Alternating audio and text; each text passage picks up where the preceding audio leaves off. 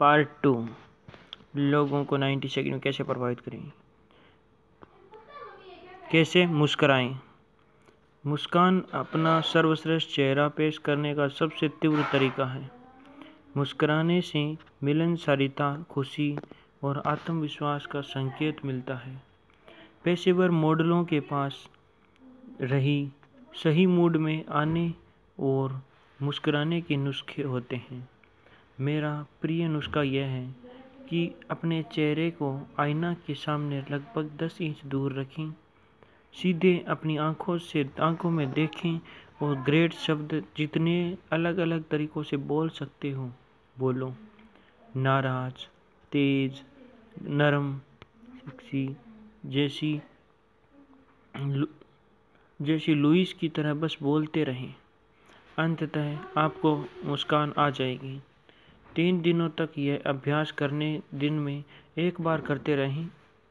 अगली बार जब आप किसी से मिलने जाएंगे तो 3 बार धीरे धीरे से ग्रेट कहें और आप मुस्कुरा रहे होंगे। मैं सिर्फ उन्हीं दिनों से जानता था, लेकिन उन 3 दिनों में मैंने देखा था कि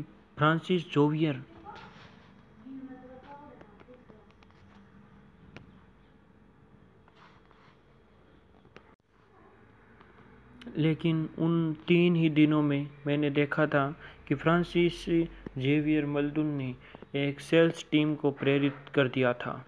संपादकीय के स्टाफ के साथ रणनीतिक योजना पर बात की थी और 90 सेकंड में ही एक बिक्री कर दी थी। लेकिन अब कैब में ऑफिस लौटते वक्त ऐसा लग रहा था जैसे मैं उन्हें जीवन भर से जानता था।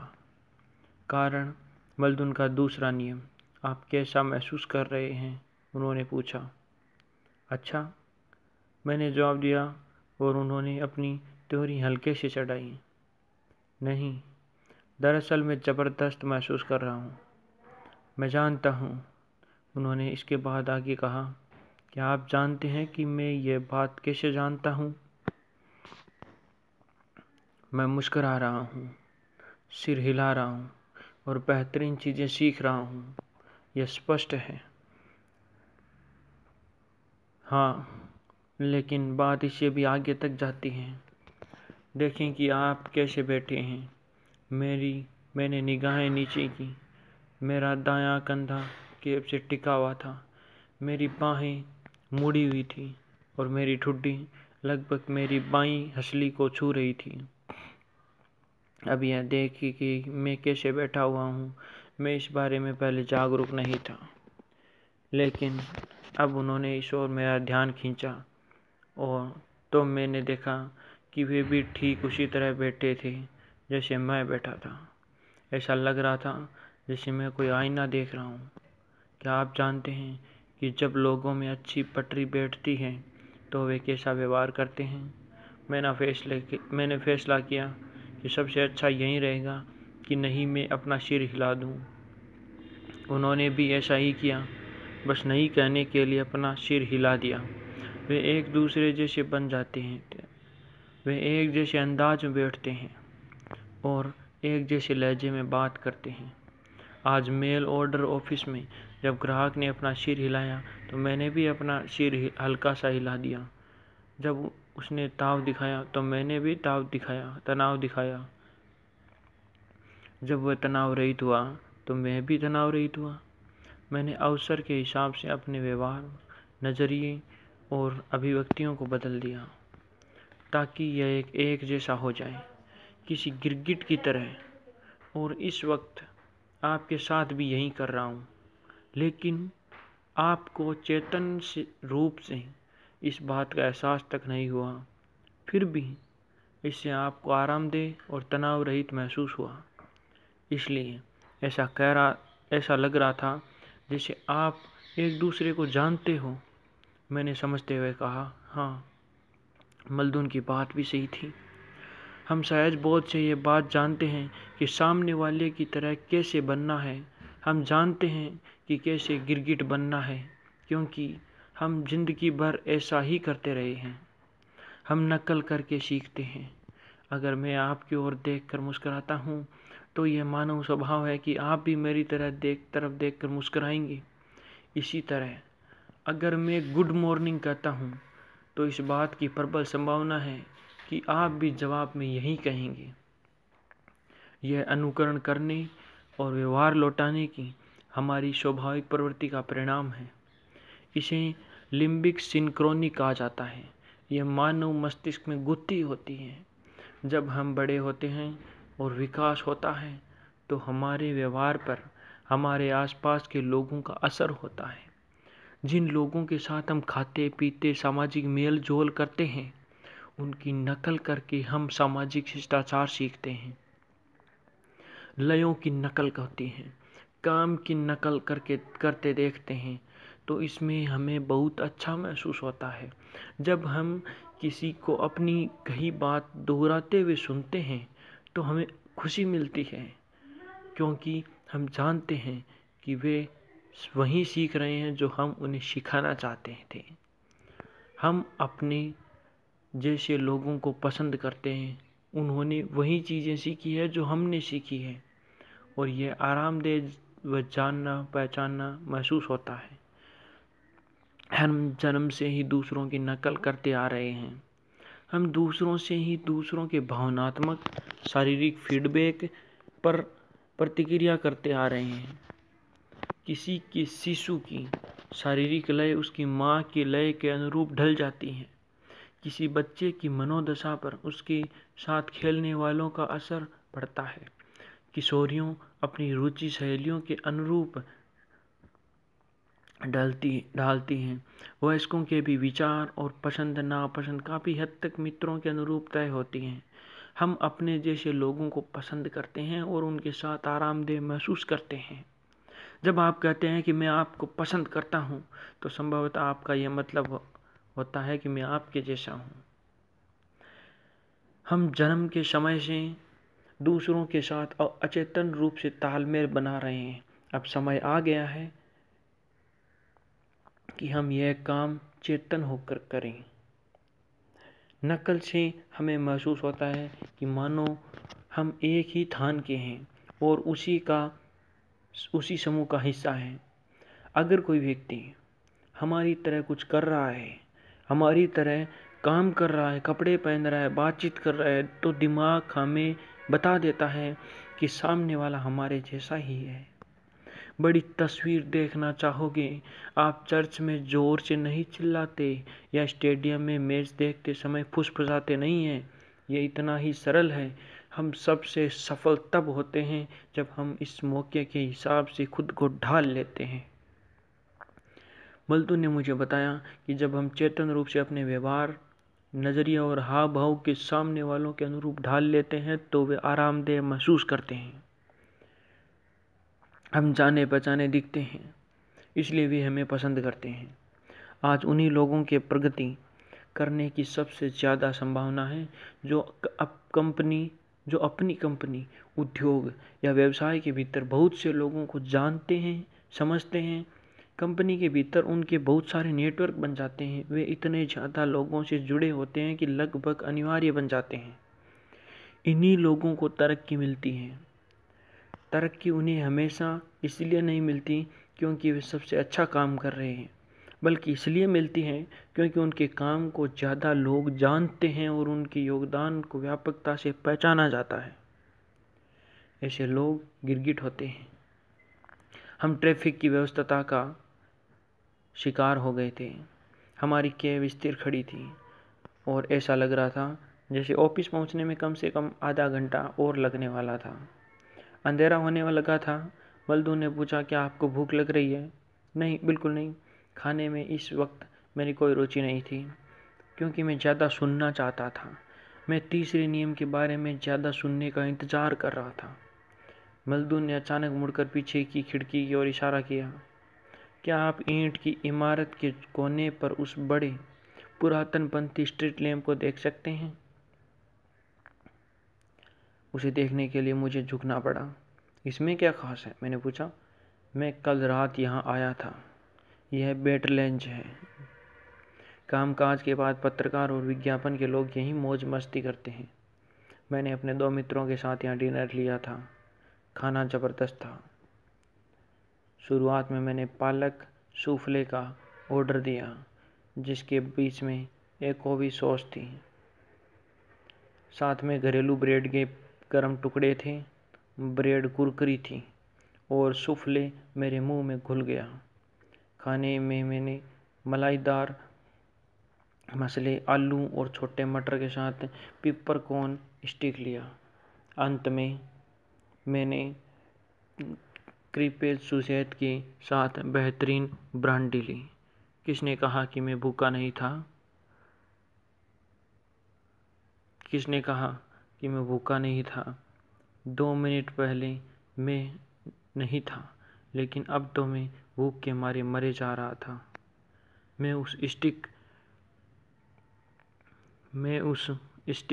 और मसाले आलू को इतनी शिद्दत से चाहता था कि मेरे मुंह में पानी आ रहा था। मैंने इसके बारे में जितना ज़्यादा सोचा, मैं इसे उतना ही ज़्यादा चाहता था। मैं इसे देख सकता था, सुन सकता था, महसूस कर सकता था, स्वाद ले सकता था और सूंघ सकता था। मैं सोचता था कि आपने अभी अभी मुझे विश्वास दिला दिया है मैं भूखा हूँ।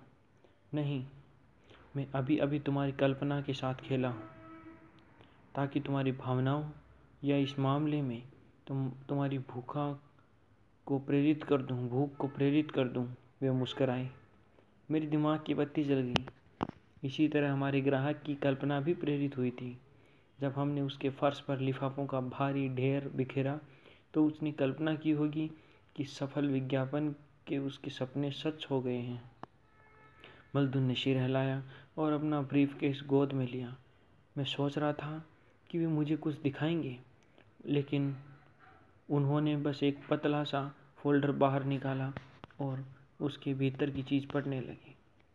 कैब की जंप सीट में पीछे की ओर यात्रा करने से मेरे गुड़गुड़ करते पेट को ज़्यादा मदद नहीं मिल रही थी। वैसे भी मैं 6 फुट ज़्यादा लंबा हूँ और ज़्यादा सीट ऊंचे लोगों के लिए नहीं बनाई जाती। एक आध मिनट बाद मैं अपनी मूल अवस्था में, यानी उसकी बगल में लौट आया। वे पूरी तरह तल्लीन थे, इसलिए मैं सीट पर फिसल गया, अपने पैर पसारे और खिड़की से बाहर घूरने लगा। मैंने मल्दुन पर निगाह डाली और सोचा, उनका बाकी जीवन कैसा होगा। उनकी उम्र मुझसे दोगुनी होनी चाहिए। मैं लगभग 21 का था और वे किसी भी चीज़ को छूकर उसे सोना बना सकते थे। वे आत्मविश्वासी थे, शांत थे, आकर्षक हैं। वे जो कुछ भी कहते हैं, हर चीज़ इतनी स्पष्ट लगती है। ऐसा कैसे है कि मैंने पहले कभी इस बारे में नहीं सोचा। जाहिर है, जब लोग आपसे निगाह मिलाते हैं तो आप पुष्टि और जुड़ाव महसूस करते हैं। जाहिर है, जो लोग ठीक आपके जैसे होते हैं, आप उनके साथ आरामदेह, जुड़े हुए और सम्मानजनक महसूस करते हैं। बिना किसी शक के कल्पना की भावनाओं की कुंजी है। आखिर कल्पना ही तो वह जगह है जहाँ हम में ज़्यादातर लोग रहते हैं। जब हम भविष्य की कल्पना नहीं कर रहे होते हैं तो अतीत की फंतासियाँ देखते हैं। ड्राइवर से हमें अलग करने वाला कांच का पार्टीशन अचानक फिसल कर खुला। माफ़ करें, लगता है सामने जाम लग गया। वैसे शायद कुछ ही समय में खुल जाएगा। वाह, खबर के लिए धन्यवाद, मैंने व्यंग्य में कहा। इसमें मेरी क्या गलती है? ड्राइवर ने झटके से पार्टीशन बंद कर दिया। उनकी बात सही थी, इसमें उसकी कोई गलती नहीं थी। मैं गुड़गुड़ाते पेट की वजह से चिड़चिड़ा हो गया था। कोई बात नहीं, हमें बताने के लिए धन्यवाद, मल्दुन ने जोर से कहा और मेरी ओर दर्द भरी निगाहों से देखा।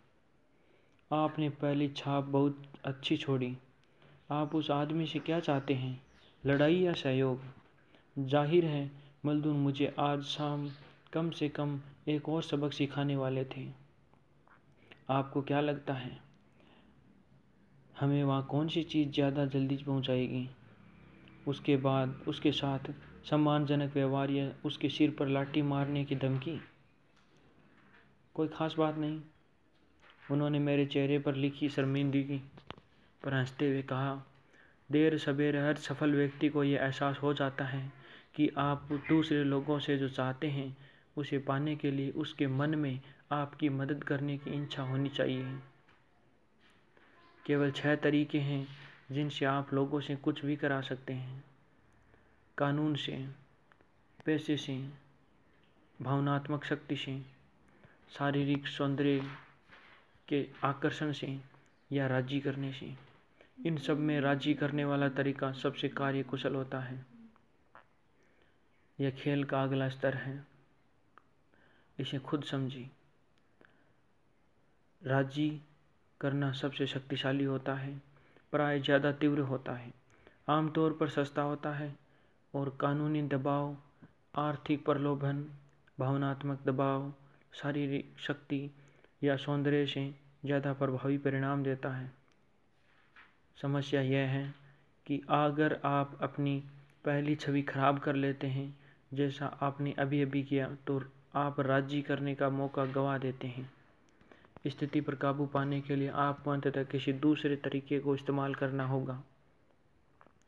ड्राइवर अब आपको पसंद नहीं करता है और वह आपको उन सभी उजड़ यात्रियों के समूह में डाल देगा जो ड्राइवर से इस तरह बातें करते हैं। सर विंस्टन चर्चिल ने कहा था कि राजी करना सामाजिक नियंत्रण का सबसे बुरा रूप है, बाकी इससे भी बुरे हैं। अरस्तु ने किया था कि राजी करना सचमुच प्रभावी तब बनता है जब इसमें 3 तत्व मौजूद हों: विश्वास, तर्क, भावना। आधुनिक शब्दावली में इसका मतलब है कि विश्वसनीय होने के लिए आपको नज़रिए, बॉडी लैंग्वेज, आवाज़ के लहजे और व्यक्तिगत हुलिये द्वारा विश्वास स्थापित करके अच्छी पहली छाप छोड़ने की ज़रूरत है। आपको अपना मसला पूरे तर्क के साथ पेश करना होता है और प्रक्रिया को पूरी करने के लिए आपको भावनाओं का भी इस्तेमाल करना होता है। इससे कोई फ़र्क नहीं पड़ता कि आप विज्ञापन बेच रहे हैं, बरगंडी के बजाय पॉइंट नोयर का सुझाव दे रहे हैं या कोई राजकीय भाषण दे रहे हैं। श्रोताओं का आप पर विश्वास होना चाहिए। आपको समझदारी भरी बात कहनी चाहिए और आपको उन्हें प्रेरित करना चाहिए। विश्वसनीय होने के लिए आपको यह सब संप्रेषित करना चाहिए और इसे जल्दी करना चाहिए। लेकिन संवाद से हमारा सटीक मतलब क्या है? अगर मैं चाहता हूँ कि मेरा सप्लायर किसी खास तारीख तक मेरा कोई काम कर दे और वह इसे नहीं करता है, तो इसका मतलब है कि मेरा संवाद असफल हो गया। क्या मैं अपने संवाद की सफलता या असफलता के लिए 100% जिम्मेदार हूँ?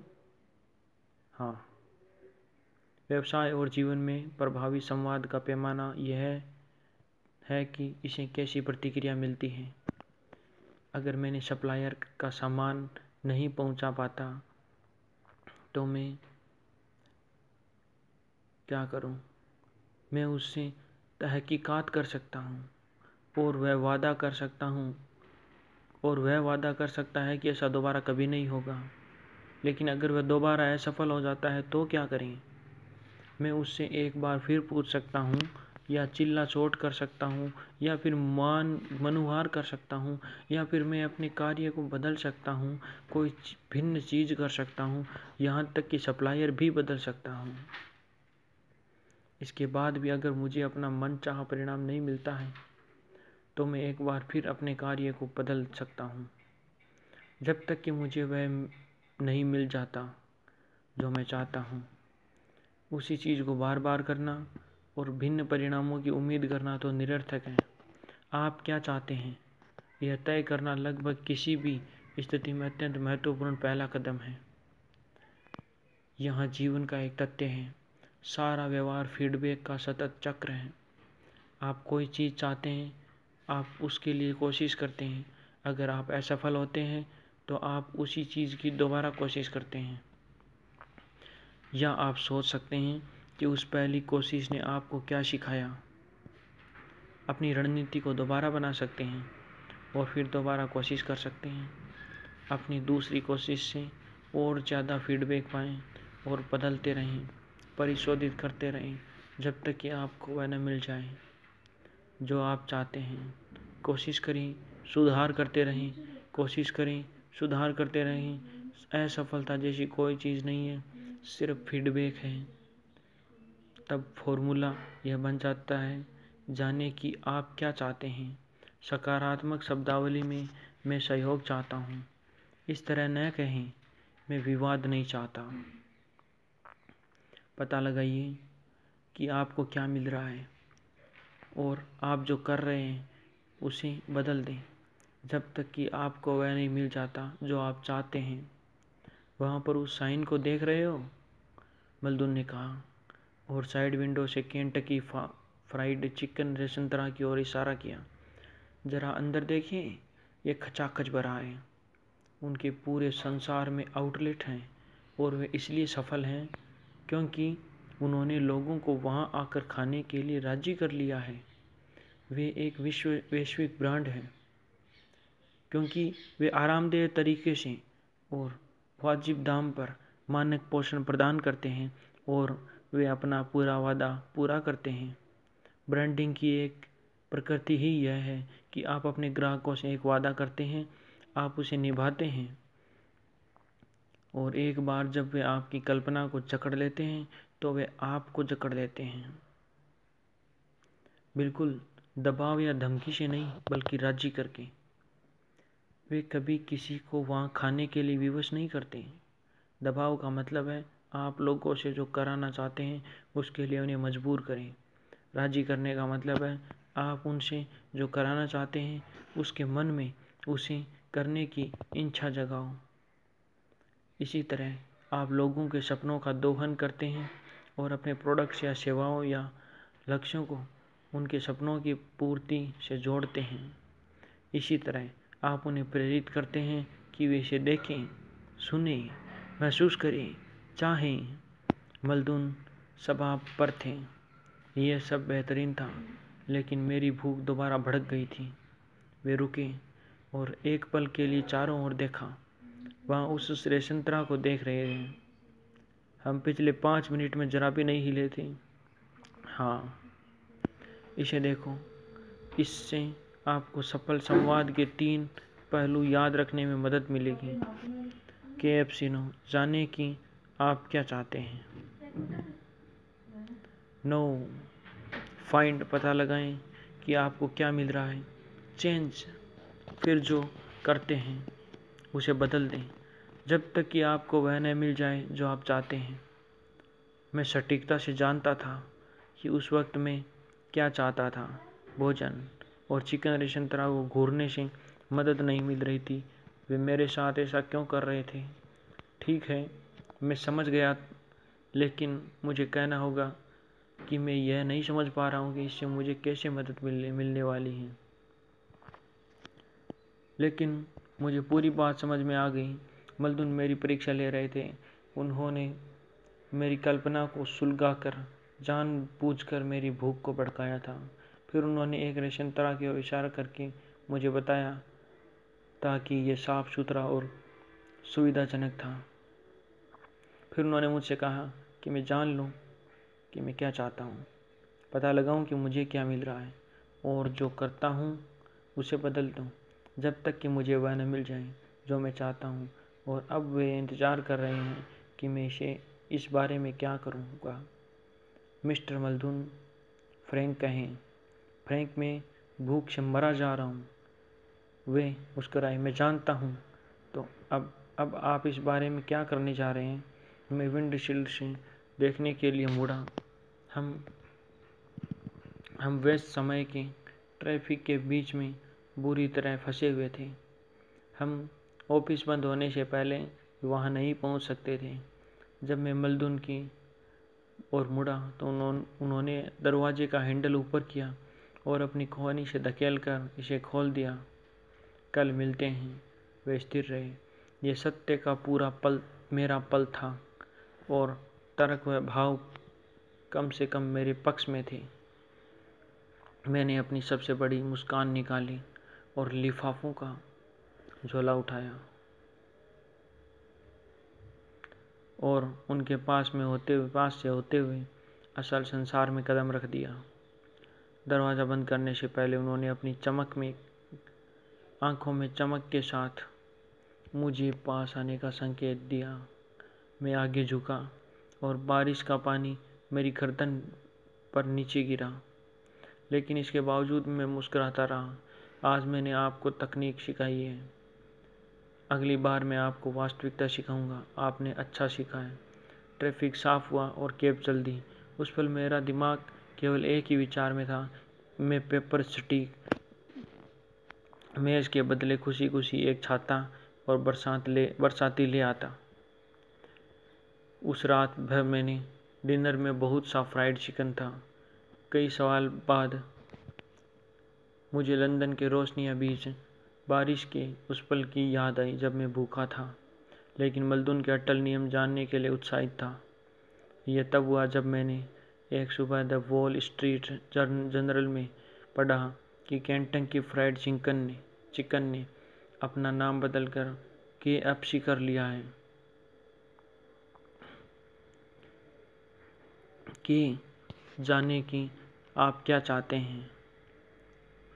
F, पता लगाएं कि आपको क्या मिल रहा है।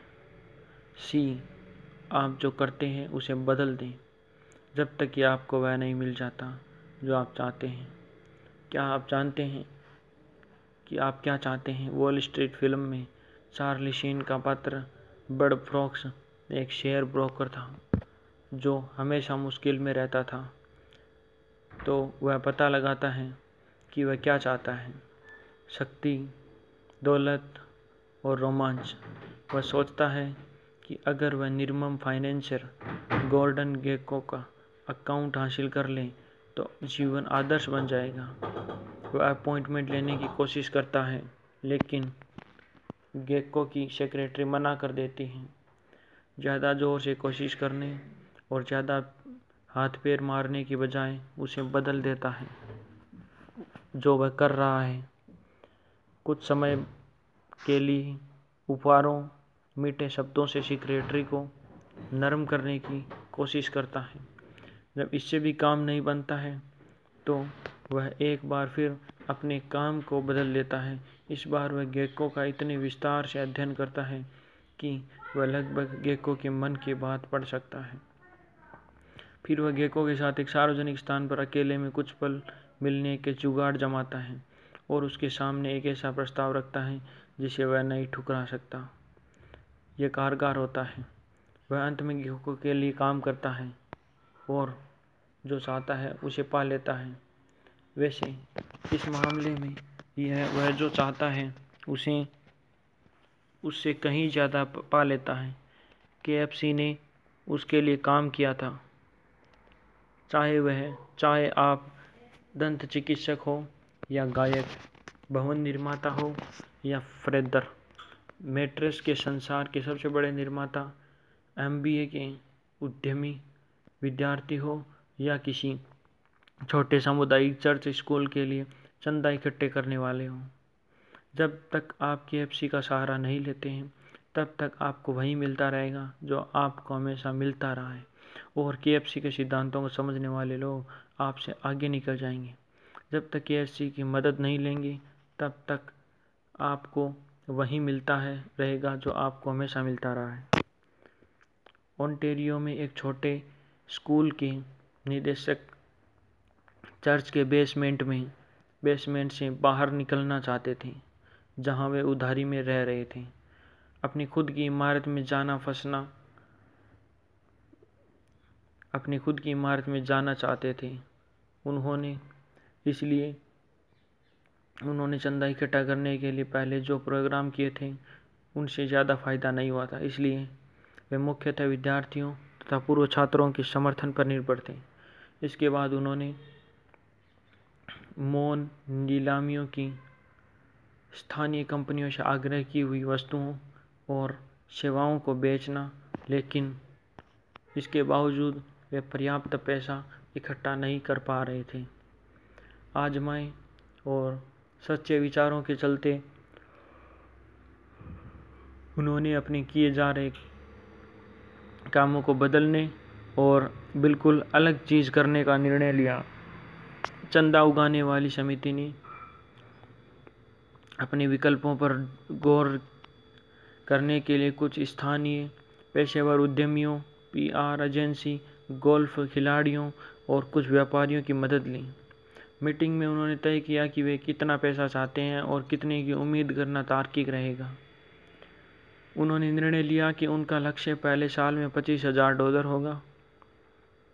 अगले 10 साल तक हर साल इसमें कम से कम $3,000 ज़्यादा। क्या आप जानते हैं कि आप क्या चाहते हैं? यहाँ एक ऐसी चीज़ है जिसे आप कामकाज में आजमा सकते हैं। उन 3 छोटी मूर्त चीज़ों पर गौर करें जिन्हें आप ऑफिस में पसंद नहीं करते या उन्हें या होने नहीं देना चाहते। मैं नहीं चाहता कि दूसरे लोगों की फ़ोन पर बातचीत सुनूं।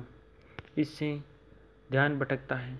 जब मार्केटिंग की मीटिंगों में मुझे सर्वसम्मति नहीं मिलती है तो मुझे बुरा लगता है।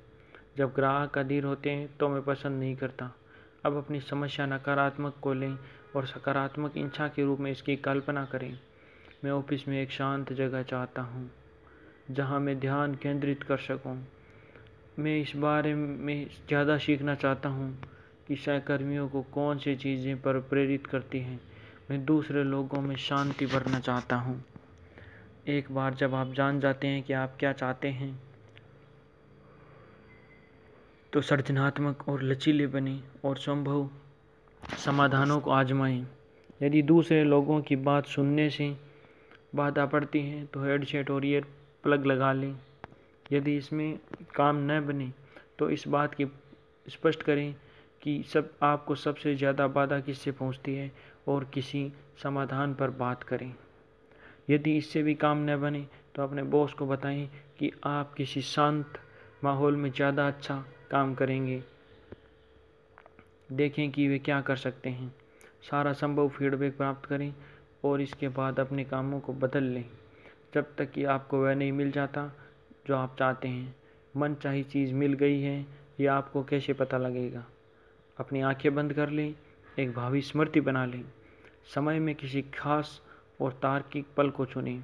यह कैसा दिखेगा, सुनाई देगा, महसूस होगा, गंध और स्वाद देगा।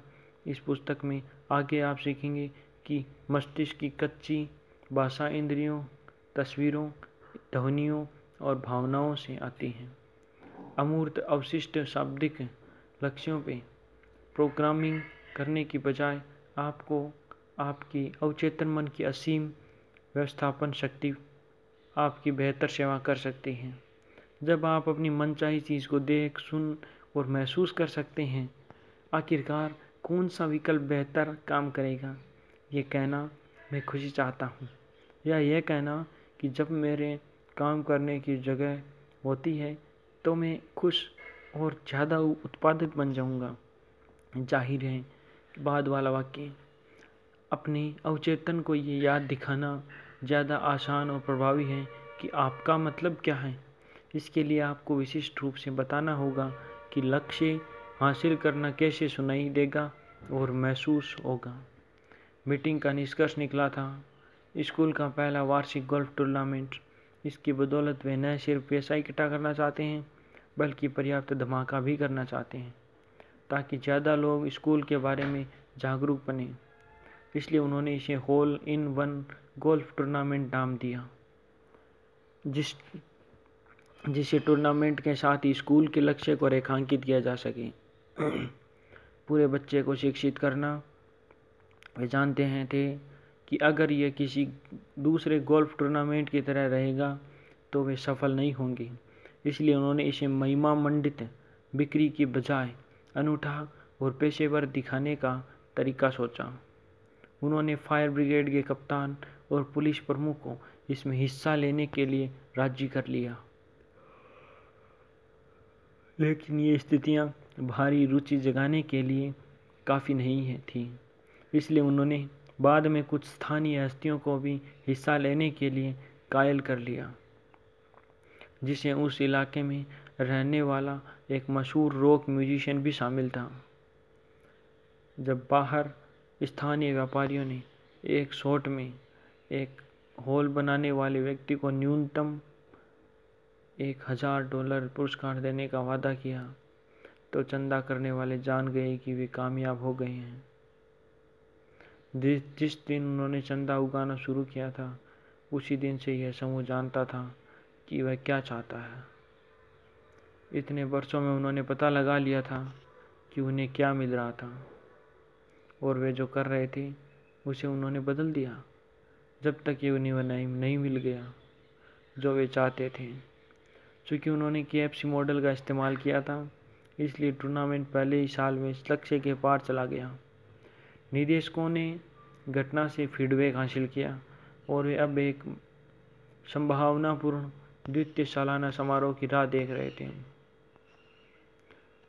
सफलता की संभावना पहली छवि से जितनी तय होती है, उतनी किसी दूसरी चीज से नहीं होती। लोगों से नजरें मिलाएं और मुस्कुराएं। आपका संदेश वहां जाता है जहां आपकी आवाज़ होती है। आपकी आवाज़ वहीं होती है जहां आपकी आंखें इसे भेजती हैं। आंखों के संपर्क से विश्वास उत्पन्न होता है। मुस्कान से आप खुश और आत्मविश्वास से भरे दिखते हैं। 3 बार खुद से ग्रेट कहें और मूड में आ जाएं। Great, great, great. सामने वाले जैसे बने, गिरगिट बनी। हम अपने जैसे लोगों के साथ आरामदेह और तनाव रहित महसूस करते हैं। तुरंत जुड़ाव हासिल करने के लिए अपनी बॉडी लैंग्वेज दूसरों की जैसे बना लें। कल्पना को जकड़ेंगे तो आप हृदय को जकड़ लेंगे। इंद्रिय समृद्ध भाषा और चित्रों का इस्तेमाल करें ताकि आपके आशय को दूसरे लोग देख सकें, सुन सकें, महसूस कर सकें और यहाँ तक कि खुशबू भी सूंघ सके और स्वाद ले सकें। विश्वसनीय बनना इस बारे में है कि आप दूसरों जो कराना चाहते हैं उनमें वह काम करने की इच्छा उत्पन्न करें। इसे कारगर बनाने के लिए 3 तत्व मौजूद होने चाहिए। विश्वासपूर्ण आपकी पहली छवि, अचूक तर्क, भावनाओं को प्रेरित करना। विश्वास हो सकता है कि विश्वास आपके पदनाम, जनरल मैनेजर, आपके प्रमाण पत्र या आपकी प्रतिष्ठा से पहले से ही निहित हो। पहले संपर्क में इसे नज़रिए, बॉडी लैंग्वेज, आवाज़ के लहजे और व्यक्तिगत हुलिये द्वारा हासिल किया जाता है। दूसरा है तर्क। आपकी स्थिति, परिस्थिति या मुद्दे को समझदारीपूर्ण होना चाहिए। तीसरा भावना। आपके तर्क का आग्रह कल्पना के प्रति इस तरह भावनाओं के प्रति होना चाहिए। सभी तीनों स्तरों पर आग्रह करें ताकि व्यक्ति, समूह या श्रोता महसूस कर सके मैं आप पर विश्वास करता हूँ। आपकी बात में समझदारी दिखती है और आप मुझे प्रेरित करते हैं। विश्वास सबसे पहले आना चाहिए। KFC संवाद का अर्थ इसे मिलने वाली प्रतिक्रिया में निहित है। अपने संवाद की सफलता या असफलता के लिए आप खुद 100% जिम्मेदार हैं। KFC सफल संवाद का एक फॉर्मूला है कि जाने कि आप क्या चाहते हैं। सकारात्मक शब्दावली में परिभाषित करें कि आप क्या चाहते हैं। आप इस स्थिति में वर्तमान काल में क्या चाहते हैं। 1 F पता लगाइए कि आपको क्या मिल रहा है। मिलने वाले सारे फीडबैक पर ध्यान दें, उससे सीखें ताकि आप ये जान सकें कि कौन सी चीज़ आपको लक्ष्य की दिशा में ले जा सकती है और कौन सी इससे दूर ले जा सकती है। सी का मतलब चेंज। आप जो करते हैं उसे बदल दें जब तक कि आपको वह न मिल जाए जो आप चाहते हैं। उसी चीज़ को बार बार करना और भिन्न परिणामों की उम्मीद रखना निरर्थक है। अगर आपको वह नहीं मिलता जो आप चाहते हैं तो कई बार क्रांतिकारी रूप से भिन्न नीतियों आजमाएं जब तक कि आपको वह नहीं मिल जाता जो आप चाहते हैं। खंड 2 नए नियम। मानव स्वभाव के साथ कैसे जुड़ें। जब भी आप किसी अजनबी से हेलो कहते हैं तो वह अचेतन रूप से निर्णय लेता है कि दौड़ें, लड़ें या वहीं रुक जाएं। अचेतन स्तर पर एक ही झटके में दर्जनों निर्णय लिए जाते हैं। आप लोगों को कहते सुना होगा, मैं जिस पल उससे मिला उसी पल उसे पसंद करने लगा। लेकिन यह सब कैसे होता है? ऐसा इसलिए होता है क्योंकि यह इंसान की मूल मानसिक संरचना का हिस्सा है। जब पसंद या नापसंद के फिल्टर एक बार तय हो जाते हैं तो इसके बाद हर चीज़, हर मुलाकात शुरुआती पलों से प्रभावित होती है। अगर मैं आपको पसंद करता हूँ तो मैं आपके सर्वश्रेष्ठ पहलुओं को देखूंगा। मेरी नज़र में आप कोई गलती नहीं कर सकते। लेकिन अगर मैं आपको पसंद नहीं करता तो फिर आपकी कोई भी चीज़ मेरे हिसाब से सही नहीं हो सकती।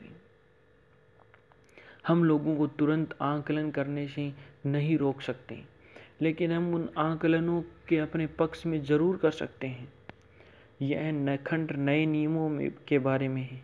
यह मल्दुन की शिक्षा का विस्तार है, वैज्ञानिकों और विशेषज्ञों की बताई बातों का विस्तार है, और मेरे आश्चर्य और जिज्ञासा भरे यथार्थवादी अवलोकन का विस्तार है। यहाँ आप सीखेंगे कि जैसे ही सामने वाला आप पर निगाह डालता है, उसी पल से आप उसे आरामदेह, सुरक्षित, विश्वसनीयता महसूस कराने के लिए गैर शाब्दिक संकेतों को तालमेल में कैसे ला सकते हैं। दूसरा बिंदु, लड़ो या भागो प्रतिक्रिया को खत्म कैसे करें। दो लोग जब भी पहली बार मिलते हैं तो शुरुआती पलों में सहज बोध की प्रतिक्रियाएं हावी हो जाती हैं। हर व्यक्ति अचेतन, बिना सोच विचार के आकलन करता है, जिसके केंद्र में सुरक्षा का सहज बोध होता है। मैं आपके साथ सुरक्षित महसूस करता हूँ या नहीं करता हूँ, मैं आप पर विश्वास करता हूँ या नहीं करता हूँ। हर प्राणी में बचाव का सहज बोध होता है, जो हमें पहले संपर्क में अचेतन स्तर पर अति चौकस बना देता है। जब शरीर पल भर के लिए जागरूकता की उच्च अवस्था से दाखिल होता है तो इसकी रक्षा के लिए एक मानसिक ढाल बाहर निकल जाती है। इस ढाल के पीछे झांकते हुए आप तय करते हैं कि प्रकट करना कितना सुरक्षित है और आप कितनी तेजी से प्रकट करना चाहते हैं। इस अवस्था में जो आभास होते हैं वे मनोदशाओं और अपेक्षाओं का रंग तय कर सकते हैं। यह आभास कल्पना को जागृत कर सकते हैं और सामने वाले के बारे में त्वरित आकलन, सही या गलत तक ले जा सकते हैं। लेकिन तसल्ली रखें, आप दूसरों में तुरंत जागने वाली लड़ो या भागो प्रतिक्रिया को खत्म कर सकते हैं। आप अच्छे त्वरित आकलनों को प्रोत्साहित कर सकते हैं और इसी तरह ग्रहणशीलता और मानसिकता सकारात्मक अपेक्षाएं प्रेरित कर सकते हैं। शुरुआत में तो यह बताएं कि आपके हिसाब से यह पहला गुण क्या है जिसकी प्रशंसा लोग अचेतन रूप से दूसरों में करते हैं। सबसे पहली बात तो यह है कि वे उन लोगों की तरह और आकर्षित होते हैं जो स्वस्थ, ऊर्जा से भरपूर दिखते हैं। लोग कमरे में ऊर्जा प्रवाहित करने वाले लोगों को पसंद करते हैं, इसे चूसने वाले को नहीं। लोग ऐसे व्यक्तियों की तलाश करते हैं जो उनके विकास को प्रोत्साहित करें, जो कुछ लेने के बजाय कुछ देते हों। यदि कोई एक चीज़ है जो स्वास्थ्य और स्फूर्ति का सुझाव देती हो तो ये सकारात्मक ऊर्जा है। इस सकारात्मक ऊर्जा को कई तरह से व्यक्त किया जा सकता है। आपके कमरे में आने का अंदाज, कमरे में बैठने का तरीका, दूसरों की बातों पर ध्यान देने का अंदाज, आपका नज़रिया, मुद्रा जैसे कि हाव भाव, आँखों के संपर्क आपके द्वारा संचरित ऊर्जा पर प्रभाव डालते हैं। यह न भूलें कि आप जिन लोगों से मिलते हैं वे हर पल आपके व्यवहार का आकलन करते हैं, जस्टिफाई करते हैं। हार्वर्ड यूनिवर्सिटी की डॉक्टर नलिनी अंबाडी ने अच्छे शिक्षण के गैर शाब्दिक पहलुओं का अध्ययन किया और इस दौरान उन्हें एक आश्चर्यजनक बात पता चली। क्लासरूम के सैकड़ों घंटे वीडियो टेप करने के बाद डॉक्टर अंबाडी ने विद्यार्थियों के एक समूह को अपरिचित शिक्षकों की 2 सेकंड की क्लिप दिखाई। जिसमें आवाज़ बंद कर दी गई थी। फिर उन्होंने विद्यार्थियों का दूसरा समूह लिया, जिसे उन्हीं शिक्षकों ने पूरे सेमेस्टर पढ़ाया था। इन दोनों समूहों को शैक्षणिक गुणों की 4 सूची दी गई थी और उनसे शिक्षकों का आकलन करने को कहा गया। विद्यार्थियों के दोनों समूह शिक्षकों के बारे में लगभग समान निष्कर्ष पर पहुंचे। इससे पता चलता है कि पहले आभास कितने शक्तिशाली होते हैं। आगामी जहाज सूची, जिसका इस्तेमाल डॉक्टर अंबाडे ने नहीं किया था, लोगों द्वारा दिए गए गैर शाब्दिक संकेतों की सूची देती है, जिसे दूसरे लोग उसके बारे में त्वरित आकलन करते हैं। कई और संकेत भी हैं, लेकिन इससे आपको अंदाज़ा लग जाएगा कि आपका गैर शाब्दिक प्रभाव कितना महत्वपूर्ण। अगर आप किसी रेस्तरां या हवाई अड्डे या किसी अन्य सार्वजनिक स्थल पर यह पुस्तक पढ़ रहे हैं तो अपने आसपास अजनबियों की ओर देखें। इनमें से किसी भी मापदंड पर उनका आकलन करें। जिस व्यक्ति का आप आकलन कर रहे हैं उसके बारे में उस नंबर पर गोला लगाएं तो उसका सबसे अच्छा वर्णन करता है। मिसाल के तौर पर अगर कोई व्यक्ति काफ़ी बातूनी है तो 5 पर गोला लगाएं। अगर वह व्यक्ति थोड़ा खामोश दिखता है तो 2 पर गोला लगाएं।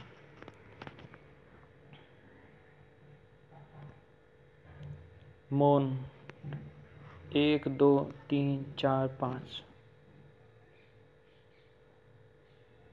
नीरस 1 2 3 4 5। अविश्वसनीय, स्थिर, चंचल, संकोची, सावधान, ईर्ष्यालु नहीं, अनैतिक, नैतिक।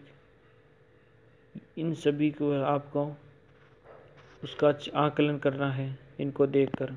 जब आप इन अजनबियों का स्कोर करते हैं तो 1 से लेकर 5 तक आपको स्कोर करना है, और जो ये बताए गए हैं रोमांचित, मित्रतापूर्ण, लगनशीलता, ईर्ष्यालु, नैतिक, ये आपको इनकी मदद से, इन पॉइंटों की मदद से उनका आकलन करना है। तो आप दरअसल उनके भेजे गए और गैर शाब्दिक संकेतों का मूल्यांकन कर रहे हैं या उन पर प्रतिक्रिया कर रहे हैं, और आप पूरी तरह गलत हो सकते हैं। दुर्भाग्य से हम में कई लोग अपनी बॉडी लैंग्वेज और अपने हुली, शैली, पोशाक, मुद्रा से ऐसे संकेत भेजते हैं कि जिनके कारण हमारे मुंह खोलने से पहले ही सामने वाले हमारे बारे में गलत राय बना लेते हैं। हाँ, कोई पुस्तकों का मूल्यांकन उनके कवर से करता है, रेस्तरां का मूल्यांकन मेनू में दिए गए फोटो से करता है, और प्राय पूरे शहर संस्कृति का मूल्यांकन उस पहले व्यक्ति से करता है जिससे वह हवाई अड्डे पर मिलता है। लेकिन आप आकलन की इस आपाधापी में जीतने का तरीका सीख सकते हैं। लोग दूसरों के बारे में त्वरित आकलन किए बिना नहीं रह सकते, ये मानव स्वभाव है। लेकिन आप लड़ो या भागो की इस प्रतिक्रिया को खत्म कर सकते हैं और विश्वसनीय संबंध बनाने को संभावना को बढ़ा सकते हैं। मेरी पहली पुस्तक how to make people like you in 90 seconds के प्रकाशन में कुछ समय बाद ह्यूस्टन क्रॉकलिन के एक रिपोर्टर ने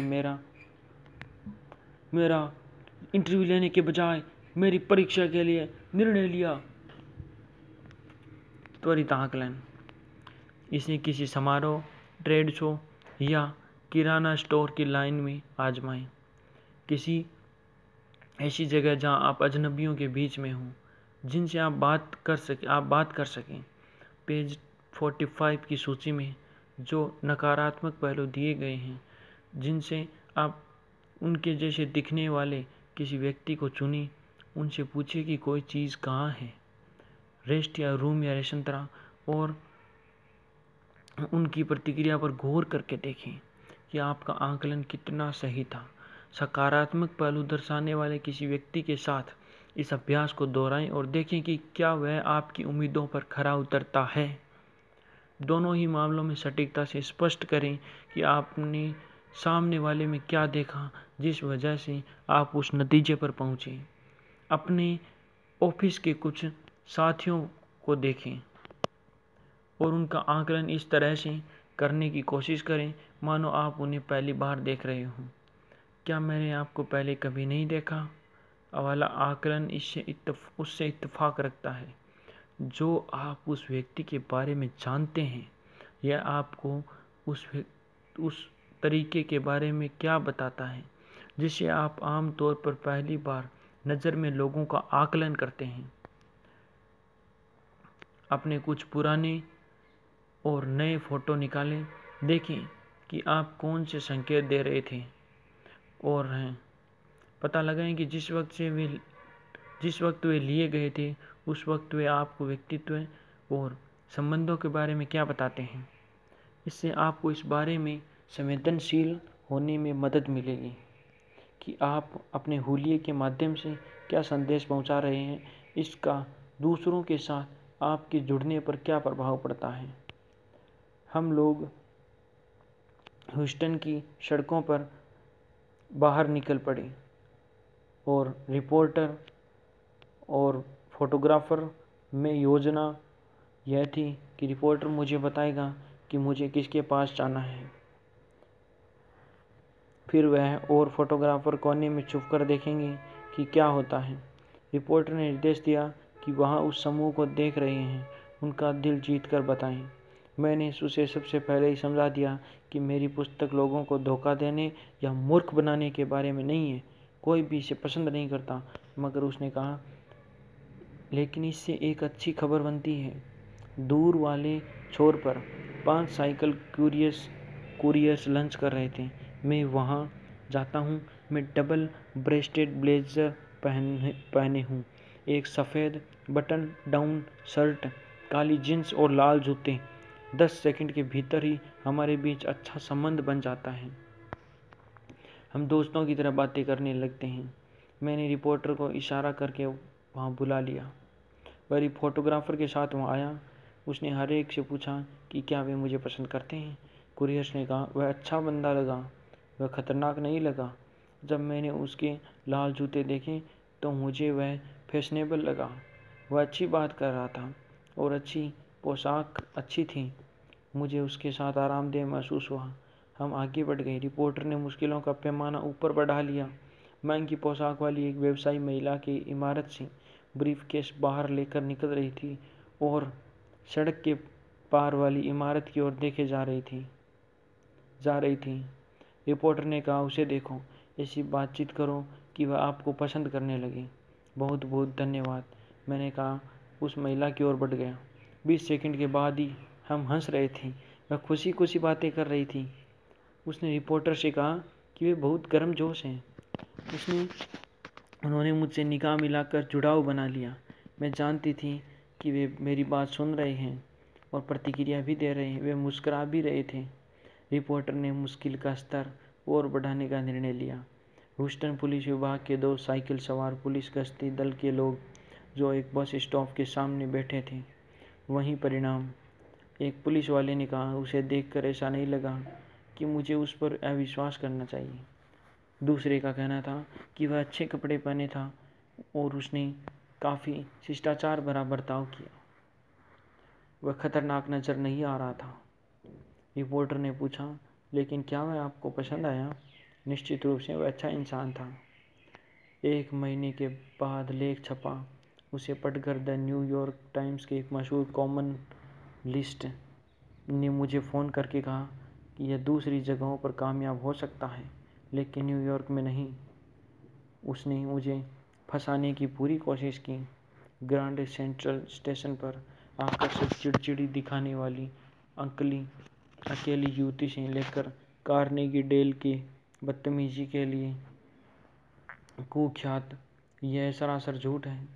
वेटरों से लेकर सबवे में टोकन बेचने वाले महिला तक हर एक के पास भेजा। नतीजा हमेशा वही निकला। मैंने हर बार सुखद संबंध बना लिया। तो ऐसा क्या हुआ? मैं क्या कर रहा था और मुझे क्यों यकीन था कि अगर मैं 90 सेकंड या उससे कम समय में लोगों को आरामदेह, तनाव रहित और ढाल के पीछे से बाहर निकलने के लिए महसूस करा सकता हूँ, तो कोई भी ऐसा कर सकता है। यहाँ देखिए कि मैंने क्या सोचा था। जब तक आप इतना पढ़ चुके हैं कि आप भी ऐसा कर सकते हैं, इनमें से हर स्थिति में सबसे पहले खुद से पूछा, मैं क्या चाहता हूँ। यह बेहद महत्वपूर्ण है।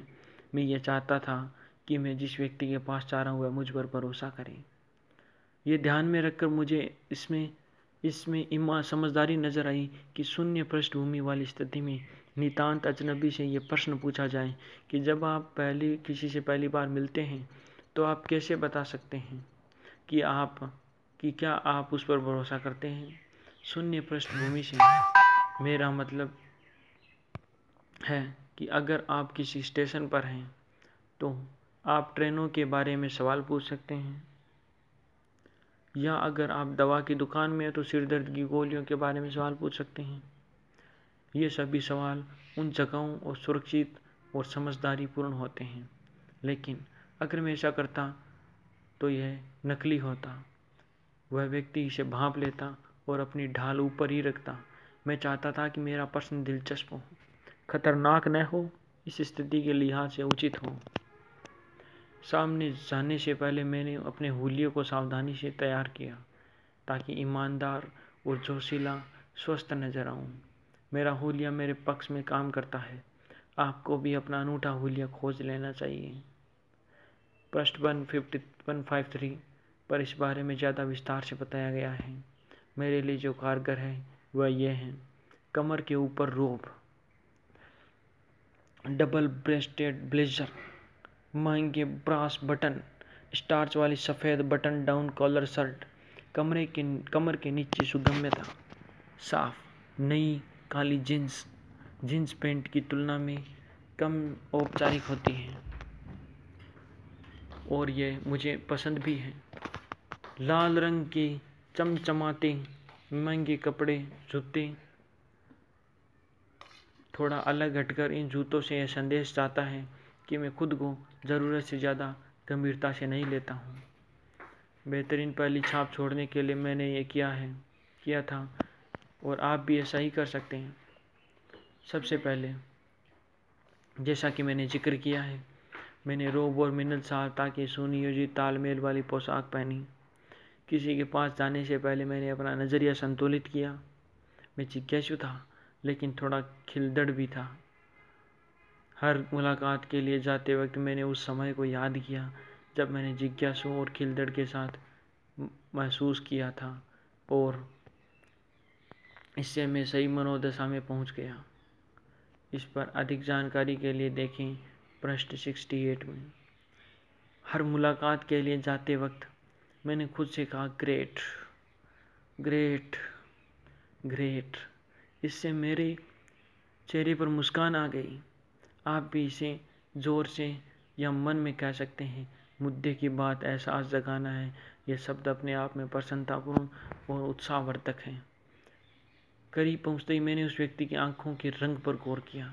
मैंने अपने शरीर को इस तरह घुमा लिया ताकि मेरा हृदय सामने वाले के हृदय की तरफ रहे। इस बारे में विस्तृत विवरण पृष्ठ 70 देखिए। यह स्थिति खुली बॉडी लैंग्वेज और खुले हृदय को दर्शाती है। मैंने उन्हें दिखा दिया कि मेरे हाथों में कोई जोखिम भरी चीज़ नहीं है। देखिए, आप लड़ो या दौड़ो की प्रक्रिया को प्रेरित नहीं करना चाहते हैं। मैं अपने हाथों में एक महंगा दिखने वाला बंद फाउंटेन पेन रखता हूँ। यह लैब कोट के बाद अगली सबसे अच्छी चीज़ है और इसके महंगे दिखने से मुझे रोब का दर्जा भी मिल जाता है।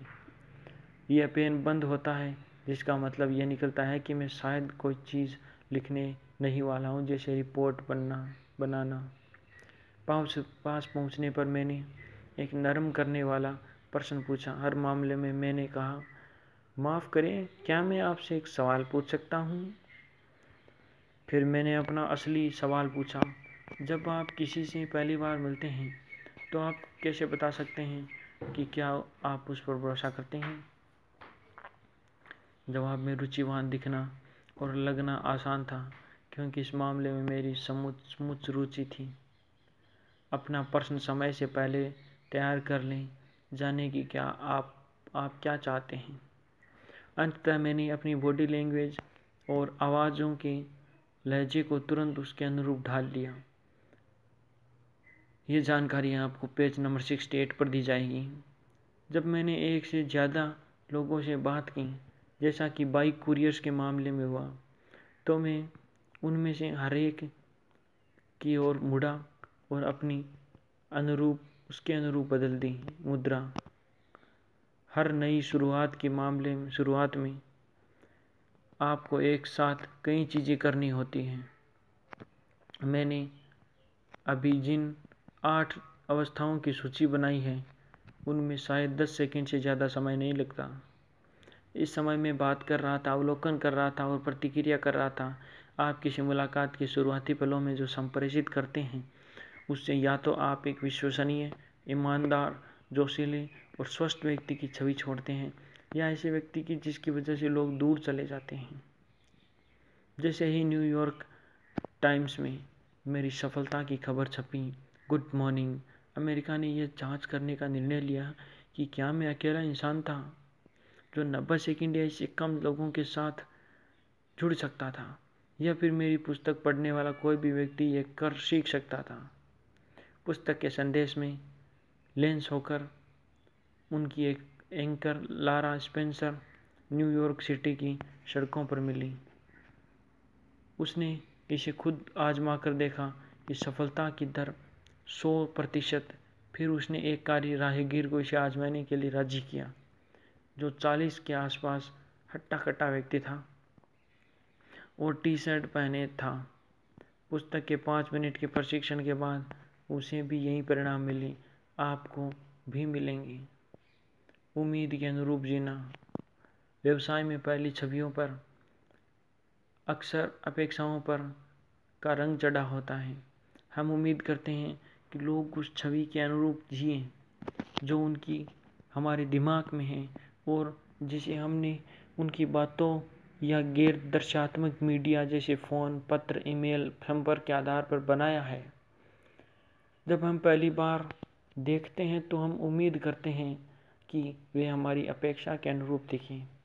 जब वे इन अपेक्षाओं के पर खरे नहीं उतरते हैं तो हम में निराश होने की प्रवृत्ति होती है और इस निराशा की वजह से हम उस व्यक्ति के सर्वश्रेष्ठ पहलुओं को नहीं देख पाते हैं।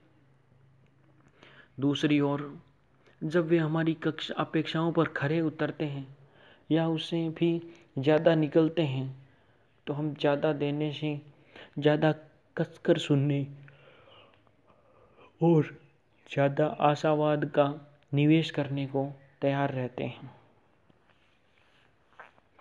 हम खुद को या दूसरों को त्वरित आकलन करने से नहीं रोक सकते। यह तो इंसान की जन्मजात सहज बोध की लड़ो या भागो प्रतिक्रिया का हिस्सा है। जो आँखों को दिखता है हम उससे आगे तक देखना चाहते हैं। हम तो गलतियाँ करने से बच सकते हैं जो ऐसे अकस्मात निर्णय लेने के साथ होती हैं। जब भी आपका ध्यान किसी ऐसी चीज़ से भटकता है आपकी अपेक्षाओं को पूरा नहीं करती है तो ठहर जाएं, दोबारा ध्यान केंद्रित करें, खुद से पूछें आप क्या चाहते हैं। एक प्रिंट ब्रोकर एडी एक नया अकाउंट बनाना चाहता था। कुछ महीनों से एक क्रिएटिव डायरेक्टर से उसका फ़ोन और ईमेल संपर्क चल रहा था, लेकिन उन दोनों ने एक दूसरे को कभी नहीं देखा। जब वे लंच पर पहली बार मिले तो शुरुआती 20 सेकंड में जो तय हुआ था यह था, अपनी पियरे की पहली झलक देखते ही एडी की आंखें बाहर निकल पड़ी। उसका हुलिया एडी की उम्मीदों से कोसों दूर था। पहली बात तो यह थी कि पियरी की लंबाई कम से कम 6.5 फुट होगी। 1 इंच बाल अलग। एडी अपने काम को आगे बढ़ाना चाहता था, ग्राहकों को तेज निर्णय लेने के लिए प्रेरित करना, उनकी सामग्री तेजी से बुलाना और उनके ग्राहकों को तेज निर्णय लेने के लिए प्रेरित करना, बिलों का तेजी से भुगतान करना। उसने जिन ज़्यादातर लोगों के साथ काम किया था वे छोटे कद वाले थे, तेज तर्राट इंसान। इस भीमकाय व्यक्ति से मुझे क्या फ़ायदा होगा, उसने अचेतन रूप से सोचा। जो भी व्यक्ति या चीज़ हमें धीमा करती है उससे हमें नुकसान होता है। पीरे के साथ हाथ मिलाने से पहले उसके आधार पर, हुलिये के आधार पर एडी बहुत सारे निष्कर्ष पर कूद चुका था। इसमें कोई भी निष्कर्ष ऐसा नहीं था जो उन दोनों के बीच सुखद संबंध बनाने में मदद कर सके। जब तक वे अपनी रशंतरा अपनी शीर तक पहुँचे, एडी यह विश्वास करने लगा था कि वह और पीरे मिलकर काम नहीं कर सकते और उसे शायद इस अकाउंट को ख़त्म करना होगा। एडी ने यह सोचा तो सही कि अगर पीरे काम का आदमी नहीं होता तो कंपनी ने उसे यह पद नहीं दिया होता, मगर फिर भी इस विचार से उसे ज़्यादा तसल्ली नहीं मिली। एडी इस तरह की पहली छवि को पार कैसे जा सकता है जिसमें उसकी उम्मीद और आंखों से दिखने वाली छवि के बीच इतना बड़ा फासला था। वह पीरे के साथ खुलकर संवाद कैसे कर सकता है? यहीं रुक जाए। एडी की समस्या पीरे के साथ होने वाले संवाद नहीं है, उनकी समस्या तो खुद के साथ होने वाला संवाद है। एडी पीरे की योग्यता के बजाय पीरे की शारीरिक हुलिये पर ध्यान केंद्रित कर रहा है। उसने इस बात पर ध्यान हटा लिया है कि वह क्या चाहता है। एक सृजनात्मक डॉक्टरेट डायरेक्टर जो अपने प्रिंटर्स के लिए समस्याएं उत्पन्न नहीं करता है, जो हर चीज़ हर व्यक्ति को धीमा करके समस्याएं खड़ी नहीं करता है। हाल फिलहाल एडी को पता नहीं है कि पीरे ये करेगा या नहीं, लेकिन उसके मन में बहुत सारी मान्यताएं बन चुकी हैं। यही बात उन धारणाओं के बारे में सही है जो आप ऑफिस के उन लोगों के बारे में रखते हैं जिन्हें आप नियमित रूप से मिलते हैं, लेकिन जिन्हें आप अच्छी तरह नहीं जानते। वे व्यक्ति आपको 12 या 48 महीने पहले जो शुरुआती छवि बनाई थी, हो सकता है कि वह छवि उसके बारे में आपकी अनुभूति को अब भी प्रभावित कर रही हो सकता है कि लंबे समय पहले आपने कोई गलत छवि आपको संभवतः मूल्यवान शक्ति को पहचानने से रोक रही हो। याद रखें, जब आप किसी व्यक्ति को पसंद करते हैं तो आप उसके सर्वश्रेष्ठ गुण देखते हैं, लेकिन जब आप किसी व्यक्ति को पसंद नहीं करते तो आप संभवतः उसके सबसे बुरी गुण ही देखते हैं। त्वरित आकलन दिमाग में फ़िल्टर खड़े कर देते हैं और उस व्यक्ति के बारे में हर चीज़ का आकलन इन्हीं फ़िल्टरों के माध्यम से होता है। अपने फ़िल्टर एक तरफ हटा दें और ज़्यादा कोमल आँखों से उस व्यक्ति की ओर दोबारा देखें। आपको इस बात पर सुखद हैरानी हो सकती है कि आप किन अच्छे गुणों को नज़रअंदाज कर रहे हैं। व्यक्तिगत स्थान।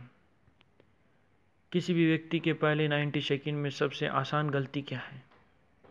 ये गलती आकलन करना कि सामने वाले को कितना व्यक्तिगत स्थान चाहिए। इस मामले में गलती होने पर एक सचमुच गहरी प्रतिक्रिया प्रेरित हो सकती है। टेलीफोटो लेंस एक टेलीस्कोप की तरह होता है। यह चीज़ों की वास्तविकता से बहुत ज़्यादा करीब बना होता है। टेलीफोटो लेंस के सामने इस्तेमाल करके आप किसी व्यक्ति को फ्रेम के सामने वाले चेहरे से भर सकते हैं। हालांकि हो सकता है कि वह अब भी 15 फुट दूर हो। सामान्य लेंस से वह पूरी फ्रेम वाला फ़ोटो खींचने की कोशिश करें।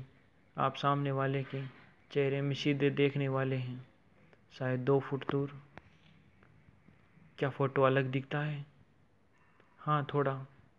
क्या ये अलग महसूस होता है? हाँ, बहुत। व्यक्तिगत स्थान के साथ खेलना। किसी मित्र या सहकर्मी या किसी और को पकड़ें जिसके साथ आप थोड़े मज़े लेना चाहते हो और इसे आजमाएं। एक दूसरे के सामने लगभग 20 फुट दूर खड़े हो जाएं। अपने मित्र को बताएं कि हाल फिलहाल आप उसके सार्वजनिक स्थान में हैं और आप उसकी धीरे धीरे चल कर जा रहे हैं और आप चाहते हैं कि जब आप उसके सामाजिक स्थान में दाखिल हो तो वह सिर हिलाएं या कहें अभी।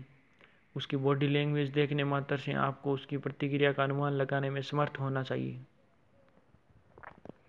एक बार जब वह आपको मौका दें, आप उसके सामाजिक स्थान में आ चुके हैं, तो धीरे धीरे करीब जाना शुरू करें और उसे कहें कि जब आप उसके व्यक्तिगत स्थान में दाखिल हो तो बता दें।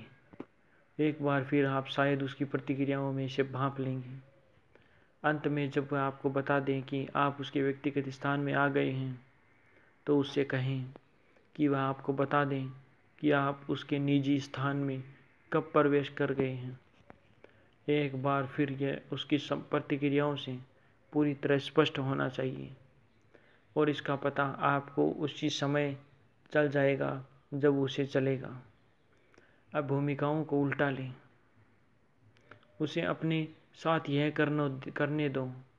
इस अभ्यास का मकसद यह है कि आप वास्तविक तरीके से देख, सुन और महसूस कर लें कि ये अदृश्य सीमाएं वास्तव में मौजूद होती हैं और इनका सम्मान करना होता है। जब आप अपने पक्ष में भावनात्मक प्रतिक्रिया जगाना चाहते हैं तो व्यक्तिगत और निजी स्थान में कदम रखने या उससे बाहर निकलने का तालमेल बनाने और तोड़ने पर समान प्रभाव पड़ सकता है। लेकिन लोगों के स्थान का सम्मान करें। अनपेक्षित घुसपैठ तालमेल के लिए बुरी होती है, खास तौर पर अगर इसकी उम्मीद न हो। जब कोई दूसरा व्यक्ति हमारे बहुत ज़्यादा करीब आ जाता है तो इससे हमारी लड़ो या भागो प्रतिक्रिया प्रेरित हो जाती है। हम सभी ये जानते हैं कि कोई व्यक्ति हमसे जितना ज़्यादा दूर होता है उससे हमें उतना ही कम जोखिम होता है, लेकिन इस बारे में हमेशा स्पष्ट नहीं होते हैं। लोगों के ज़्यादा करीब आने पर हमारा शरीर और हमारी भावनाएं किस तरह बदल जाती हैं, इसकी कल्पना करें। कोई व्यक्ति आपकी ओर बढ़ रहा है, आपके सार्वजनिक स्थान से आपके सामाजिक स्थान में आ रहा है, फिर आपको सामाजिक स्थान से आपके व्यक्तिगत स्थान में आ रहा है। वह बस करीब आता ही जा रहा है। क्या आपका दिल थोड़ी ज़्यादा तेज़ी से धड़कने नहीं लगता है और उस व्यक्ति के प्रति जागरूकता नहीं बढ़ने लगती है? क्या आपकी उस दूसरी इंद्रियां जागृत नहीं होती है जब आपका शरीर यह पता लगाने की कोशिश करता है कि वह क्या करने वाला है? चरम घुसपैठ तब होती है जब कोई बिना आमंत्रित किए अतिथि आपके निजी स्थान का अतिक्रमण कर लेता है। ऐसे समय आप दूर हटने या शारीरिक शाब्दिक प्रतिक्रियाओं के द्वारा उस घुसपैठिए को बाहर निकालने की अनियंत्रित इच्छा महसूस कर सकते हैं। किसी व्यक्तिगत स्थान में अचेतन घुसपैठ एक गहरी प्रतिक्रिया उत्पन्न कर सकती है और इसकी वजह से सच्चे अवरोध खड़े हो सकते हैं। नाटकीय लगता है ना? किसी भीड़ भरे ऑफिस में आपका शरीर शायद इस चक्र या इसके किसी विशेष हिस्से से दिन भर में करीब 1 दर्जन बार गुजरता होगा। हालांकि आप इसके बारे में पूरी तरह जागरूक नहीं होते होंगे। लोग लगातार संकेतों, इशारों को नज़रअंदाज करते हैं। हम जितना चाहते हैं या तो उससे ज़्यादा करीब आते रहते हैं, या जब हम चाहते हैं कि वे हमें देखें, सुने, तो उससे हम बहुत ज़्यादा दूर चले जाते हैं। लड़ो या भागो प्रतिक्रिया को ख़त्म कैसे करें? दूसरों को अपने बारे में सकारात्मक त्वरित आकलन करने के लिए प्रोत्साहित करें। एक ग्रहणशील मनोदशा और सकारात्मक अपेक्षाएं प्रेरित करें। अपनी बॉडी लैंग्वेज और व्यक्तिगत हुलिये के बारे में जागरूक रहें। हम ऐसे लोगों की ओर आकर्षित होते हैं जो स्वस्थ, स्फूर्ति भरे होते हैं। नज़रिया, मुद्रा, चेहरे के हाव भाव, आँखों का संपर्क आपके द्वारा प्रेषित की जाने वाली ऊर्जा पर प्रभाव डालते हैं। एक अंगूठा अंदाज खोजें जो विश्वास को प्रेरित करे। डोब और मिलनसारिता का मिश्रण। किसी के पास जाने से पहले अपने नज़रिए के स्थिति को अनुरूप ढालें, उनके नज़रिए की। खुली बॉडी लैंग्वेज का प्रदर्शन करें और खुले हृदय का संकेत करें। मुस्कुराएं, नज़रें मिलाएं, अपने हृदय का संकेत सामने वाले व्यक्ति के हृदय की ओर करें और उसे स्पष्ट दिखा दें कि आपके हाथों में कोई चीज़ छिपी नहीं है, कि आपसे उसे कोई खतरा नहीं है। नरम करने वाला प्रश्न पूछिए, माफ़ करें, क्या मैं आपसे एक सवाल पूछ सकता हूँ? आप कैसे बता सकते हैं कि आपके बारे में क्या सोचते हैं? अपनी बॉडी लैंग्वेज और आवाज़ के लहजे को सामने वाले के अनुरूप बनाएं। अगर आप किसी छोटे समूह से मिल रहे हैं तो हर व्यक्ति की ओर मुड़ते समय उससे तालमेल बनाएं। पहले से सोची अपेक्षाएं।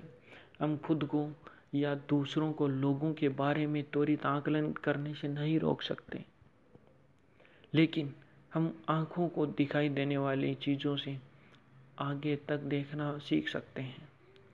कोई व्यक्ति कैसा दिखता है या लगता है, इसमें न खोकर रह जाएं। वह कैसा है, इस बारे में पुरानी गलत धारणाओं में भी न उलझे रहें। आप क्या चाहते हैं, इसे याद रखें और अपने परिणाम पर केंद्रित बने रहें। व्यक्तिगत स्थान। लोगों के स्थान का सम्मान करें। सामने वाले के बहुत ज़्यादा करीब जाने से लड़ो या भागो प्रतिक्रियाओं को प्रेरित हो सकती है। अनअपेक्षित घुसपैठ तालमेल के लिए बुरी होती है, खास तौर पर यदि यह अप्रत्याशित हो। 3rd पॉइंट, नज़रिए, बॉडी लैंग्वेज और सामंजस्य पर काम करें। पिछले साल में थकाने वाली लेकिन रोमांचक 6 सप्ताह की कारोबारी यात्रा पर गया। मैंने लगभग 30 शहर घूमे। एक दोपहर में एक ऐसे शहर में पहुंच गया जहां मैं पहले कभी नहीं गया था। मैं एक सवाल पूछने के लिए हवाई अड्डे की सूचना डेस्क पर रुका। मैंने सवाल पर सामने वाले से हुंकार और सही दिशा में उठी अंगुली की प्रतिक्रिया मिली। आंखों का कोई संपर्क नहीं, कोई शिष्टाचार नहीं, कुछ नहीं। एक मशहूर शहर का कितना बुरा प्रचार। अगले दिन मैं हवाई जहाज़ से सेंट लुइस पहुंचा। हवाई जहाज़ का दरवाज़ा खुलने से पहले ही मैंने अपने पास की खिड़कियों की ओर देखा। सामान संभालने वालों ने पहले से ही रेलिंग कन्वेयर को फॉरवर्ड बैगेज होल्ड पर लगा दिया था। सामान नीचे उतरने लगा और वहाँ एक आदमी था जिसने हर बैग उठाते समय एक अजीब हरकत की। वह नाचते हुए इसे कोर्ट तक ले गया। उस आदमी का नज़रिया कितना बेहतरीन था। उसे देखकर ऐसा लग रहा था जैसे उसका समय बेहतरीन गुजर रहा हो। ध्यान रहे, शायद वह ऐसा इसलिए कर रहा था ताकि उसे गर्मी मिल सके। यह जाड़े का मौसम था और इसे शहर के बारे में मेरी राय बन गई। मैंने खुद से कहा, यह ज़बरदस्त शहर है, यह शहर बहुत ज़बरदस्त है। मैं इस जगह को पहले से ही पसंद करने लगा था। विमान की खिड़की से मैं किस पर प्रतिक्रिया कर रहा था। मैं उस आदमी को नहीं जानता, मैं उससे पहले कभी नहीं मिला था और जहाँ तक मैं जानता था मैं दोबारा कभी उसे मिलने वाला नहीं था। लेकिन जो अजनबी मेरी मौजूदगी के बारे में जानता भी नहीं था, उससे कभी कोई ऐसी चीज़ थी जिसने मुझे छू लिया। उसने अपने नज़रिए से मुझे प्रेरित किया। नज़रिए से व्यवहार प्रेरित होता है। आपके एक भी शब्द कहने से पहले ही नज़रिया उन लोगों को प्रभावित कर सकता है जो आपके व्यवहार को देखते हैं। जिस तरह हंसना, रोना, जमाई लेना संक्रामक होता है, उसी तरह नज़रिया भी संक्रामक होता है। देखने भर से ही मैं उस आदमी के नज़रिए से प्रभावित हो गया था। इसकी वजह से मुझे खुशी महसूस हुई बिना किसी सोच विचार की। गैर शाब्दिक संवाद का ABC, नज़रिया, बॉडी लैंग्वेज, सामंजस्य। आपका नज़रिया वह पहली चीज़ है जिस पर आमने सामने के संवाद में लोग गौर करते हैं। जिस तरह आप चेतन रूप से लड़नो या भागो प्रतिक्रिया को ख़त्म कर सकते हैं, उसी तरह आप अपने नज़रिए को नियंत्रित और संतुलित भी कर सकते हैं, बशर्ते आप ऐसा करना चाहें। आपके नज़रिए को संप्रेषित करने की कुंजी है बॉडी लैंग्वेज और सामंजस्य। आपका मस्तिष्क, शरीर एक ही तंत्र के 2 हिस्से हैं। एक को बदलोगे तो दूसरा अनुसरण करेगा। अपनी जीभ बाहर निकालें, अपने हाथ सिर के बगल में रखें और अंगुलियां हिलाकर मज़ेदार हरकत करें जो बच्चे करते हैं। इसके साथ ही दुखी महसूस करने की कोशिश करें। आप ऐसा नहीं कर सकते। आपका शरीर आपको ऐसा करने ही नहीं देगा। पड़ोस की पिकनिक में ट्राम्पोलाइन यानी उछलने वाले गद्दे पर ऊपर नीचे उछलें और गंभीर बनने की कोशिश करें, संभव ही नहीं है। आपका शरीर इसकी अनुमति नहीं देगा। यह मस्तिष्क शरीर जुड़ाव को बहुत संतही अंदाज में समझाया गया है, लेकिन आप मतलब समझ गए होंगे। मुंह खोलने से पहले टू नाइट शो चालू करें और टीवी की आवाज़ बंद कर दें। यह नाटक करें कि आपने जे लेन देनों को पहले कभी नहीं देखा या सुना नहीं है। अब मुझे बताएं कि क्या ये आदमी मज़ेदार है? आप हंसे थे, है ना? अगर नहीं तो शर्त लगाता हूँ कि आप कम से कम मुस्कुराए तो ज़रूर होंगे। नज़रिए व्यवहार को संचालित करते हैं। यह नज़रिए में फेरबदल करने का अभ्यास है। अपने संकोच को दरकिनार करने के लिए कुछ मिनट लें। खुद को अपने ऑफिस के गलियारे में एक काल्पनिक यात्रा के लिए तैयार करें। चिंता न करें, हम आपसे मूर्खतापूर्ण दिखने को नहीं कर रहे हैं। आप अपने ऑफिस के साथियों को सामान्य दिखेंगे। इस अभ्यास का 99% आपके दिमाग के भीतर हो रहा है। इस व्यवहार को सिर्फ उतना ही दिखाएं जितने से आपको याद रहे कि क्या चल रहा है। एक सुबह कल्पना करें कि आप हिप्पोपोटेमस हैं। बस हिप्पो की धीमी लहरदार चाल और स्वदेशी घूरने को अपनाएं।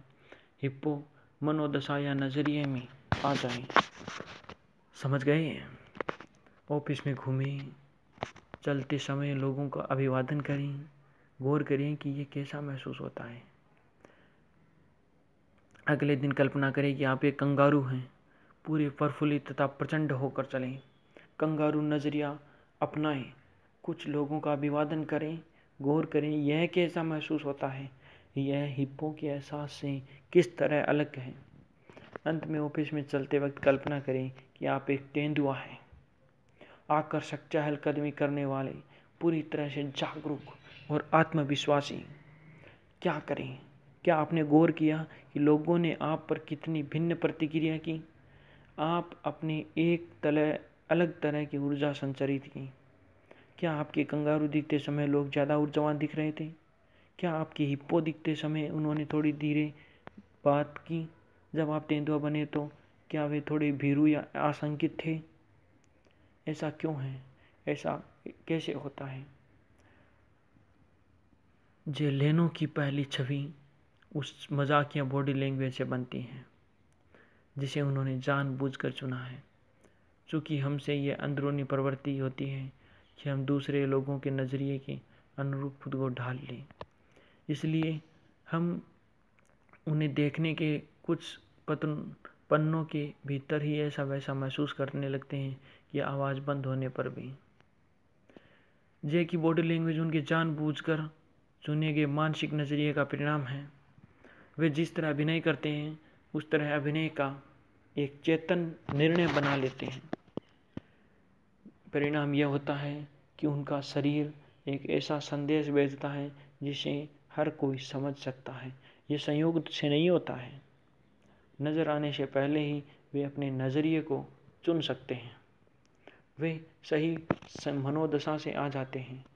इच्छा हो तो ये काम कोई भी कर सकता है। हो सकता है कि आप ऑफिस के 2 लोगों के पास गए और आपके बहुत देर ये एहसास हुआ कि उसमें अच्छी खासी बहस चल रही थी।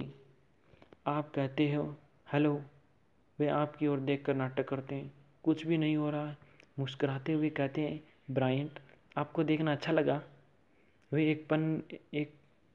एक पल के लिए आपके साथ अच्छी तरह बातचीत करते हैं। जैसे ही आप उनकी नज़रों से ओझल हो जाते हैं तो वे दोबारा लड़ने झगड़ने लगते हैं। नज़रियों की 2 श्रेणी होती हैं। उपयोगी नज़रिए जो आकर्षित करते हैं और अनुपयोगी नज़रिए जो विकर्षित करते हैं। उपयोगी नज़रिए के उदाहरण हैं उपाय कुशल, जिज्ञासु और स्वागत करने वाला। अनुपयोगी नज़रिए के उदाहरण हैं उबा हुआ, शत्रुतापूर्ण और अधीर। पेज नंबर 63 पर हम नजरिए के सारांश देखेंगे। 90 सेकंड या इससे कम समय में कारोबार में जुड़ाव बनाने की मनोदशा में आने के लिए आपको एक सचमुच उपयोगी नज़रिया बनाना चाहिए जो आपको अपने लिए सही महसूस कराता हो। सूची पर निगाह डालें और बाएं हाथ के कॉलम के शब्द देखें जो नज़रिया आपको आकर्षित करते हैं। ऐसे कुछ नज़रियों की अपनाएं। ये करने के लिए आप बस अपनी आंखों बंद कर लें। उस खास पल के लिए बारे में सोचें जब आपने वैसा महसूस किया था। जब तक आप चारों ओर तलाश करते रहें जब तक कि आपको वह उपयुक्त पल मिल नहीं जाता। जब आपको वह पल मिल जाए तो अपनी आंखें दोबारा बंद कर लें और आपने उस वक्त को जो देखा, सुना, महसूस किया था उसे दोबारा जिए। आप खुशबू और स्वाद भी ले सकते हैं अगर वे इसका हिस्सा थे। जितने विस्तार से आप याद कर सकते हो करें। तस्वीरों, ध्वनियों, शारीरिक अनुभूतियों को लाएं। मस्तिष्क ऐन्द्रिक स्मृतियों को याद करने में बहुत कुशल होता है, इसलिए आप चाव से उन्हें याद कर सकते हैं और दोबारा जी सकते हैं। इस नज़रिए पर अच्छी तरह सवारी करें। इसके बाद इन दो अभ्यासों को मिलाते हुए पेज नंबर 24 पर दिया मुस्कान अभ्यास ग्रेट करें। अपनी आंखें दोबारा बंद कर लें। एक बार फिर अपनी सारी इंद्रियों को प्रेरित करें। जब चित्र बड़े और रंगीन हो, आवाज़ स्पष्ट और दिशात्मक हो और आप शारीरिक अनुभूतियों का महसूस कर रहे हो तो अपनी आवाज़ को प्रचंड निर्भीक सुर में ग्रेट चिल्लाते सुने। सचमुच उपयोगी नज़रिया ऐसा ही महसूस होना चाहिए। नज़रिए का सारांश।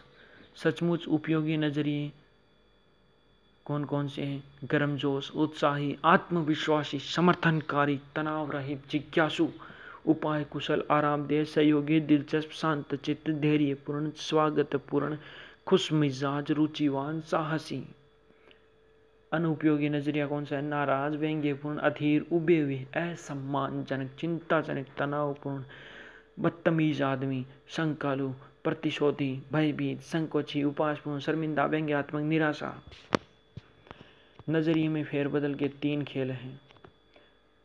यहाँ 3 खेल हैं जो ये संदेश सचमुच पहुंचा देंगे कि उपयोगी नजरिए से ही सारा फर्क पड़ता है। Mirror talk. बचपन में हम नाटक करने के खेल सीखते हैं। वयस्क बनने के बाद हम इस मूल्यवान सामाजिक और संज्ञात्मक सीखने के औजार को छोड़ देते हैं। सौभाग्य से ये खेल हम अब भी खेल सकते हैं। हम अभिनय करने में ज़बरदस्त होते हैं। इसे आजमाइए। आईने के सामने खड़े होकर कहें, आप मुझे पगला देते हैं। अब आप जितनी भी बॉडी लैंग्वेज जुटा सकते हो उससे और नीचे हर नज़रिए के लिए उचित लहजे के साथ इस वाक्य को कहें और ये नाटक करें कि आप क्या हैं। नाराज, साहसी हैं, ये थोड़ा खुश हैं, विनम्र हैं या शांत हैं। शब्द वहीं, अर्थ बिल्कुल अलग होगा आपका। आपने क्या देखा, आपने क्या सुना, आपने क्या महसूस किया। अब नज़रियों की सूची को दोबारा देखें और कहें, मैं अब घर जा रहा हूँ। एक बार फिर आंकलन करें। क्या आपने गौर किया हर नज़रिए के साथ आपका शरीर कैसे बदला हुआ है? जब आपने अपना नज़रिया बदला तो आपकी आवाज़ के लहजे में कैसे बदलाव आया? जब आपने दूसरे लोगों के आसपास अपने नज़रिए को संतुलित किया तो उन्होंने आपके अंदर की भावनाएं पकड़ ली और वे उनका खुद अनुभव करने लगे।